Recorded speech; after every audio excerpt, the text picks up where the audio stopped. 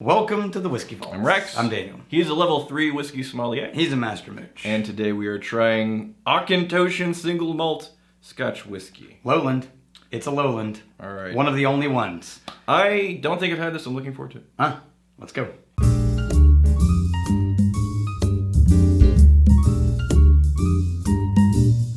Okay.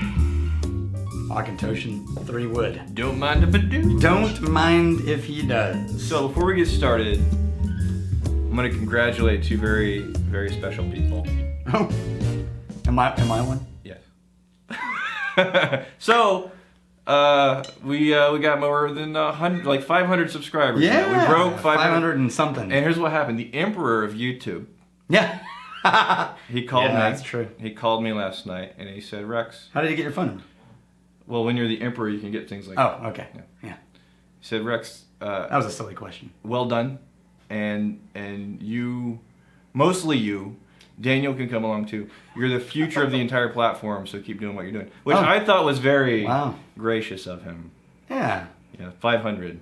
500 is what it takes. That's what it takes. That's what it takes. 500 subscribers. Those millions of other channels with 500 subscribers. He's done the same thing. That's just overkill. He has a lot of time. They're super needy. All right. So, Auchentoshan. Okay. Did you want to start with the comments? we have so many. Well, no. Let's get into Auchentoshan so we can sip on this while I get super nerdy on the comment. All right. Sweet. Okay. Appley. Here's one. This one, I'm going to put a word in your head and see if you experience it the same way I do. Mm-hmm.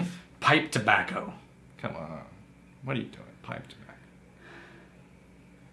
No, but I'll tell you, I've never actually smoked pipe tobacco. No, not to smoke it. If you go into a cigar shop where they got the pipe tins and you open up the aromatic pipe tobacco and you smell the aromatic pipe tobacco. Yes, if it was mixed with sweetness. No, that's what you never smelled aromatic pipe tobacco. Okay. Like grandpa Never pipe mind. tobacco. No, grandpa pipe tobacco is stank.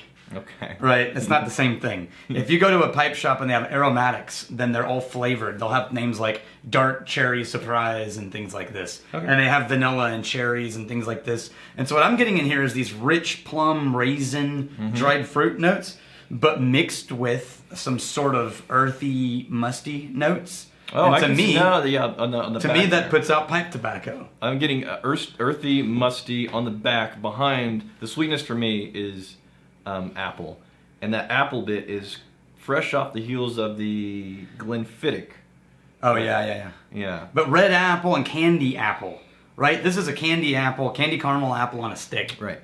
And it's so good. Now, Auchentoshan is one of the only lowland distilleries. And it's not extremely powerful on the nose. It's right. The smell is definitely there, but it's not like bam. So here's what's getting you all those dark, rich flavors.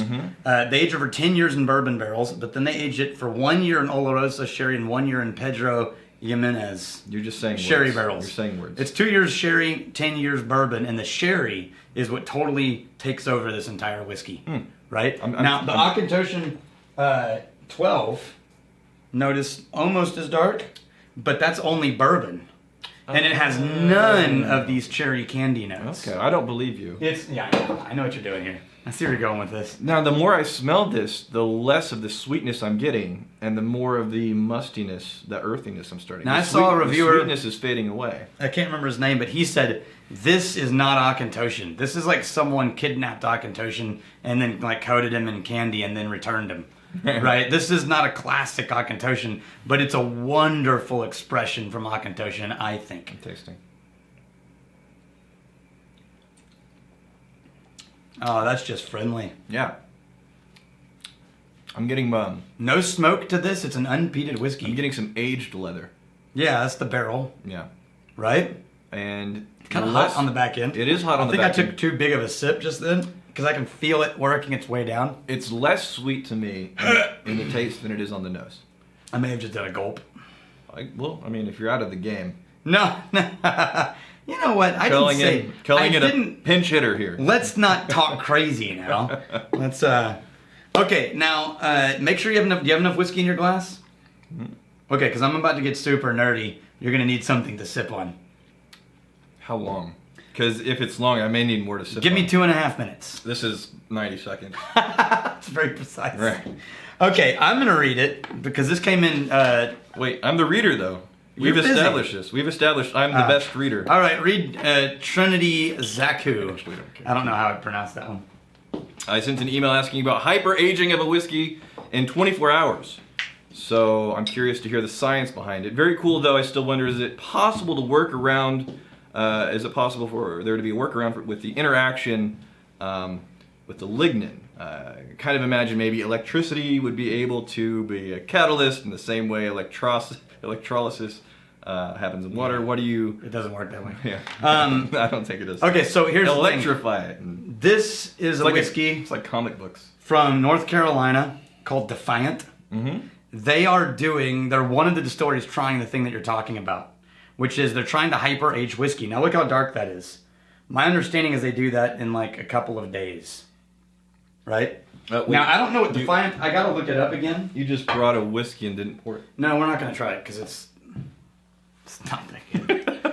Okay, so I'm not gonna waste my palate on that right now. All right. So, your delicate sensibility. Yeah. So here's the thing, Trinity. When you hyper-age things, now there's a couple ways to do it.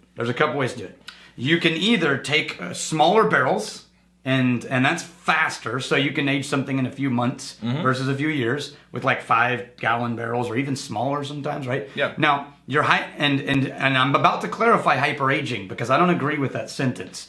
What you can do is you can kick into overdrive the effect of the wood on the whiskey and the charred wood flavor, right? Now, here's how barrel aging works. It breathes in wood over time. Heat and cold push the whiskey in and out of the wood, right? So when it gets hot outside, the whiskey is pushed into the wood, and then when it gets cold, it's pushed back out of it. Think of it like a sponge that you're constantly soaking and then squeezing it out and then soaking and then squeezing it out, right?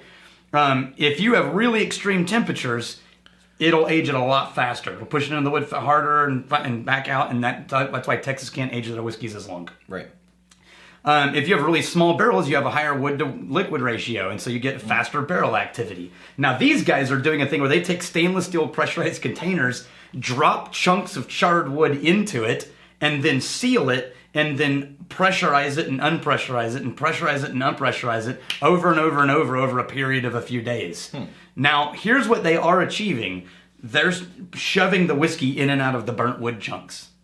So you do end up with an accelerated wood flavor. Okay, now here's the thing no one has yet been able to fake.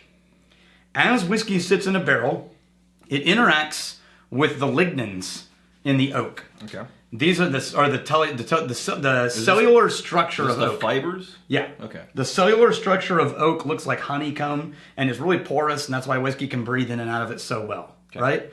So as alcohol interacts with that barrel, it starts, and this only takes time.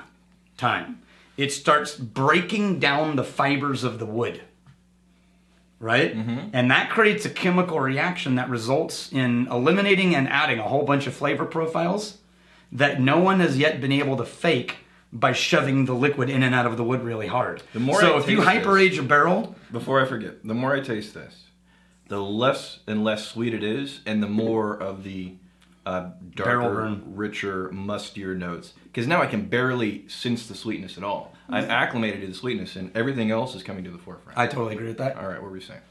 What I'm saying is, if you use smaller barrels or use pressure to push the liquid in and out of a barrel, you can interact with the char and the wood really fast. But you're not giving the alcohol time to break down the cellular components of wood. And that means you're never going to get the chemical reaction that, as far as we know, only time can create.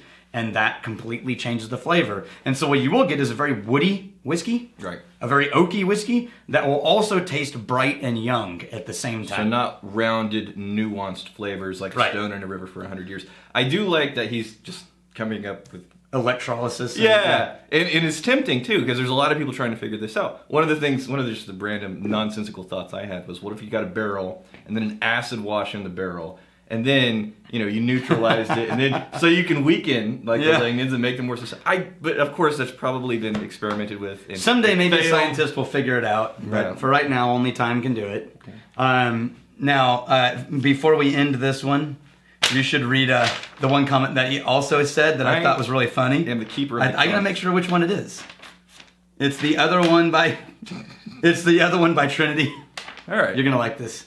I had a moment where I couldn't remember the name of the website you said you'd ordered the first from, and my head popped Master of Mooch. The website is called Master of Malt. And he was trying to remember the name of the website, and all he could think of was Master of Mooch. Hey, he said, had a quick, No way. Like we're having a mental effect on viewers. I'm not sure if it's positive. All right. This is a damn fine whiskey. No, it is. And I'm really legitimately surprised how sweet and friendly this smelled, and then even on the front end taste, it was still sweet. But now it's like this feels really kind of. Now their sour notes are starting to show up, and the barrel burn is starting to show up. The proof is pretty low on this, but it feels kind of alcoholic. And I'm totally getting the cigar vibe now. You said I said pipe. You said you're pipe. getting cigar. I'm getting cigar. Yeah. Tobacco. Let's just flatten it out and say tobacco. It tastes like tobacco. If you want to be glib.